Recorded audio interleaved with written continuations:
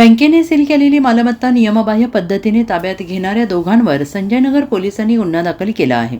या प्रकरणी बँकेचे व्यवस्थापक प्रवीण प्रकाश मांढरे राहणार जिल्हा परिषद समोर व्यंकटेश ओबीसी सांगली यांनी फिर्याद दिली आहे। घटनेची माहिती अशी, संशयित इम्रान मुबारक भादी आणि सुरैया मुबारक भादी दोघे राहणार मयुरेश रेसिडेन्सी JST भवन नजीक राजनगर सांगली यांच्यावर पोलिसांनी गुन्हा दाखल केला आहे। इम्रान भादी यांनी शहरातील एका बँकेकडून कर्ज घेतले आणि त्याला सहकर्जदार सुरैया भादी होत्या। कर्जाची वेळेत परतफेड न केल्यामुळे बँकेने न्यायालयाच्या आदेशानुसार त्यांची मालमत्ता सील केली।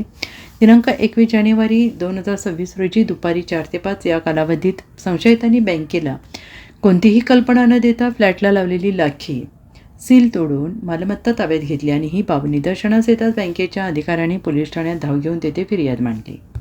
Bureau report SBN Marathi, Sangli.